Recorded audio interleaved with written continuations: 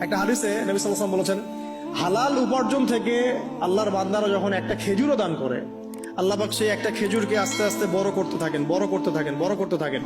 এটা এক পর্যায়ে পাহাড়ের সমান হয়ে যায়। এবং কিয়ামতের মাঠে মানুষ তার দান এবং সাদাকার যে ছায়া, এই ছায়ার নিচে অবস্থান করবে। আপনার বিপদ হয়েছে, দান সদকা করেন, বিপদ দূর হয়ে যাবে ইনশাআল্লাহ। জটিল কোনো রোগ হয়েছে, কোনো ডাক্তার ট্রিটমেন্ট করতে পারছে না, সদকা করেন, রোগ ভালো হয়ে যেতে পারে ইনশাআল্লাহ।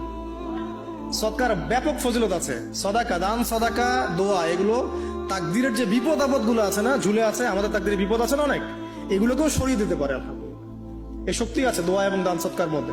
আল্লাহ পাক আমাদেরকে বেশি বেশি সদাকা করার তৌফিক দান করুন। একটা হাদিসে নবী সাল্লাল্লাহু আলাইহি ওয়াসাল্লাম বলেছেন, হালাল উপার্জন থেকে আল্লাহর বান্দারা যখন একটা খেজুরও দান করে, আল্লাহ পাক সেই একটা খেজুরকে আস্তে আস্তে বড় করতে থাকেন, বড় করতে থাকেন, বড় করতে থাকেন। এটা এক পর্যায়ে পাহাড়ের সমান হয়ে যায়। এবং কিয়ামতের মাঠে মানুষ